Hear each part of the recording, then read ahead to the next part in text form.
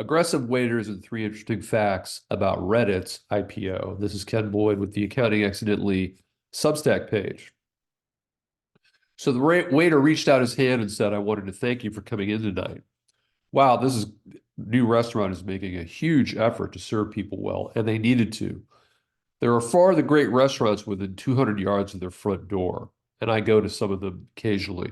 The competition will be fierce in this area, and great service is a great way to stand out. And I noticed some little things. A woman gets up from the table near me.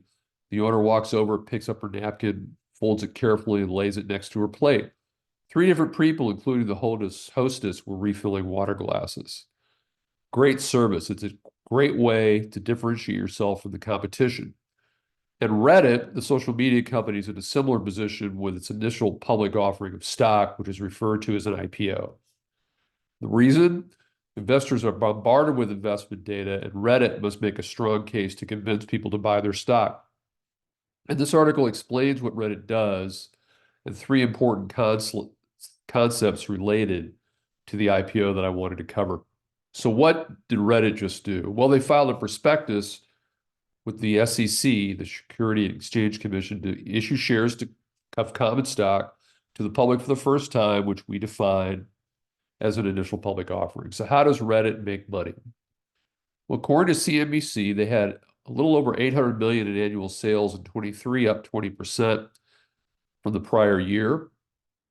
The social networking company's core business is reliant on online advertising sales stemming from its website and its mobile app. So like a lot of social media online companies, it's driven by ad sales.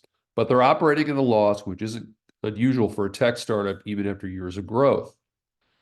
They reported a net loss of around $90 million for the year just ended 2023 compared to a net loss that was bigger the year prior. So they're getting closer to profitability, but not there yet. But the good news with Reddit is internet traffic.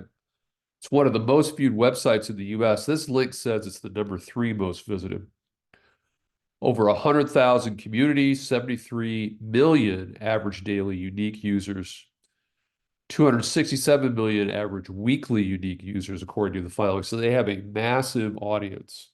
They just need to work on ways to drive more revenue and profit from that audience. So how will they use the money?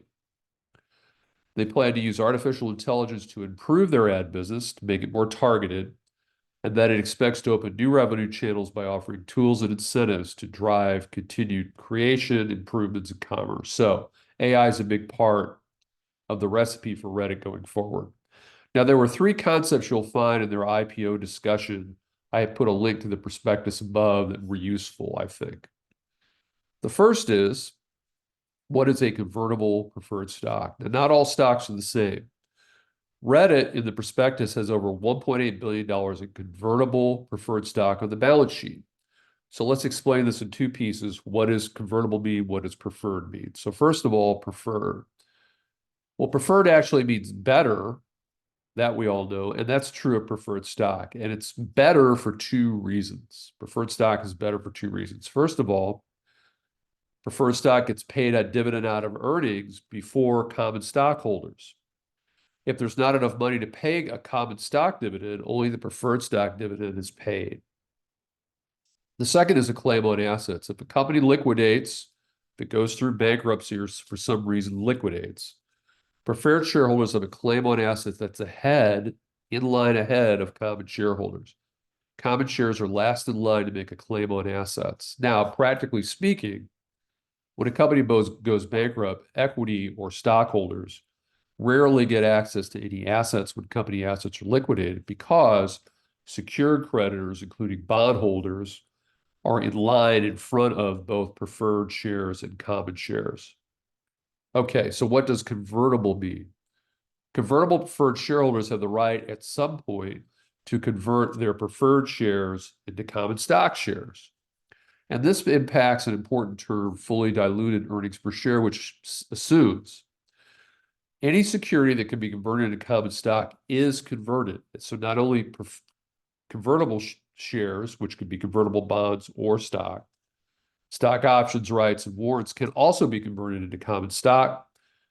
And the issue here is the more common stock outstanding means lower earnings per share, assuming the same amount of dollars in earnings. So you're spreading the same dollar amount of earnings over a bigger pool of outstanding common stock shares. I like to compare diluted earnings per share to putting powder mix in a glass of water because the powder gets diluted or spreads out in the water. It's a good way to think about diluted earnings per share. So number two, why not pay out any dividends? This is from the Reddit prospectus.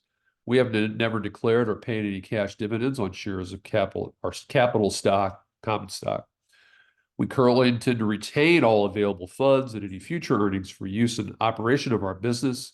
We do not anticipate paying any dividends in the foreseeable future. Now, that's not unusual. Many tech companies plow all of their earnings once they're profitable into growing the business. That's because shareholders expect a profit from the share price increase, not from an annual dividend.